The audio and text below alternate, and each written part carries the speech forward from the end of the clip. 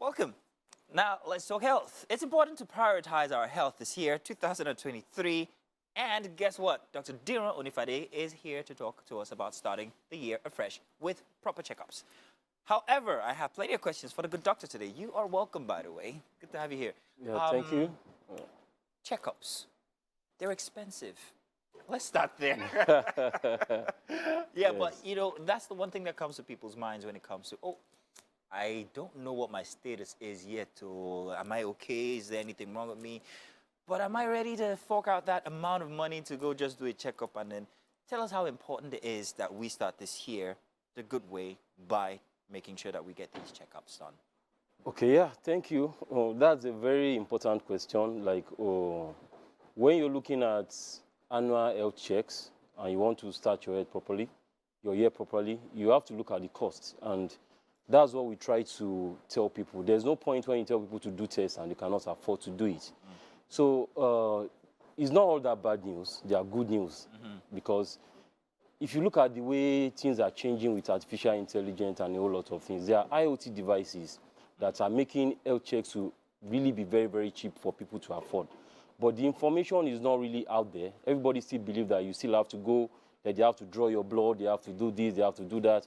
But really, there are devices now that can actually make these things to be done very cheap. Oh, really? Yes. Wow. So what kind of checks can we do on our own that might not make us expend so much? And how important is it that we have these done? Okay, yeah, it's really very important. We need to first start by saying, what are these annual health checks that we really need to do? So they are basically routine visits to your doctor or your healthcare provider to assess your well-being, and it's going to devise what you need to do based on your age, your gender, and your overall health being.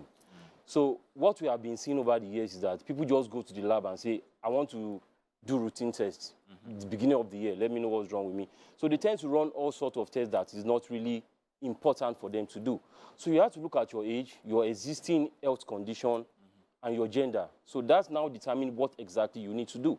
So, for example, if you don't really have history of diabetes, you are not showing any significant concern that make people to worry about that, why do you now want to go and run that test? So you have to take a detailed history of this patient. Yeah. What are the things that are streamlined to you? So you are going to manage your finance for you and you don't spend unnecessarily for the things you don't need to do. I like the fact that you're also very, very peculiar about, you know, helping us manage that finance. But let's take a case study, for instance. Let's take me. As a doctor, what would you advise me to do, or what tests or checkups would you advise me to do? I can give you all the information you need. What do you need to know? Okay, so let's start by this. How old are you? I'm going to be 42 gracefully this year. Whoa. I know I don't look it. Thank you very much. Okay, so is there any history of hypertension or diabetes in your family? No history of, well, hypertension, no. Diabetes, no, none. Okay, when last did you check your blood pressure? Last year in June. So we are going to start from that. Oh. So I've gotten a pointer to where I need to start this from. You work here every day, you do all that. You probably don't exercise enough. We need to know what your blood pressure is. So when we start from there... Off his mic. So we start from there. Then we look at... you are 42, you are approaching the age where prostate cancer is getting common at this age. Can we take another diagnosis, please? Somebody else. We'll go on, I'm kidding. So we want you to screen for prostate cancer. If it's a female of that age, I'll probably want the person to do a mammogram to look at the breast, or we want to say, okay, you have to do like a cervical screening. So you look at the things that are common to that particular age group. So that's where we pick it from. Oh, wow. Based on what you have told me. I won't just say, okay, do this, do that, no. So based on what you have told me, based on your family, and that's why genealogy is very important in medicine. Yeah, I didn't think about that. I didn't think about, you know, maybe something that's prone to my family history or something like that. That never crossed my mind. You have to look at that. Your dad, your mom, we draw the family tree. What killed this person, your great-grandfather. So we draw all those things. We look at the peculiarities then. That is what we are going to use to tell you what you need to do. You check your blood pressure. If it is elevated, if it is fine, If you're having some complaint, maybe you have not been sleeping well, maybe any headache, maybe stomach pain, do you need to do your cholesterol test? Do you need to check your blood sugar level? So we just extract those vital points and we based it on those things we have.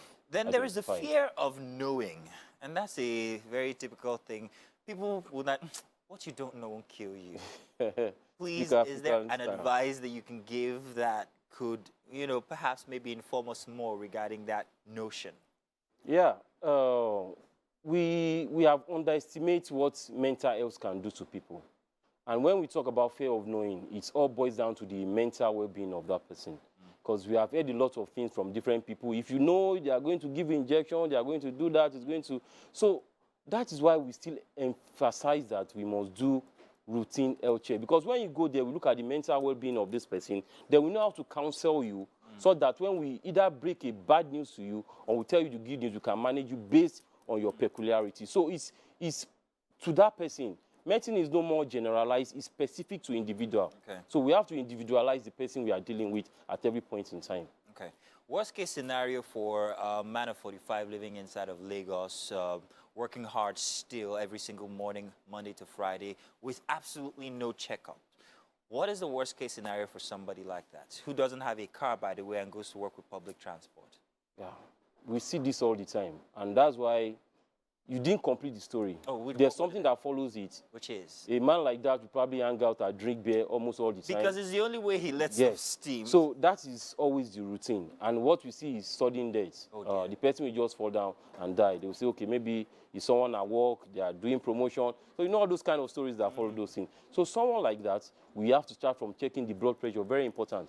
Blood pressure, diabetes, stroke, heart attack are the very, very silent killer that we have in the part of the world. Okay. And it's because of all these things you have just mentioned. So when we do all this routine check, blood pressure, because we have about 1.13 billion people living with hypertension in the world right now. Wow. And in Lagos, it's quite a lot. Silent when killer. You don't check, you don't know. Yeah. So a man you have just described, when I get this kind of person, I check the blood pressure. When I check the blood pressure, after listening to the man's story, listening to the family history, then I look at the sugar level. Diabetes can be there too that they don't know. Then you look at the mental capacity of this person. Is he dealing with something at home, financial crisis and all that?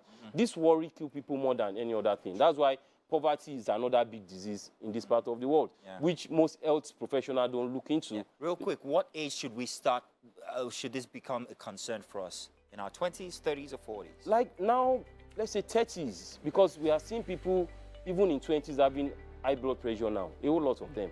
So by 30, you should start doing all these things to know which of them you should focus on, and you manage accordingly. Dr. Diran, we couldn't have had a better Tuesday. I'm glad that you're here at the start of the year to give us these advice, and we're looking forward to your advice throughout the entire month, throughout the entire year. Thank you very much. I'm going to go do those specific checkups that you have suggested. It's scary, though. Please do. But it's necessary. Thank you very much. Thank you for having me. Now you heard it all. Please make sure that you also get those checkups going. For 2023, you can never be too sure. In fact, please, we want you there every single morning just so that you can enjoy all the content that we make for you. So get those checkups done, okay?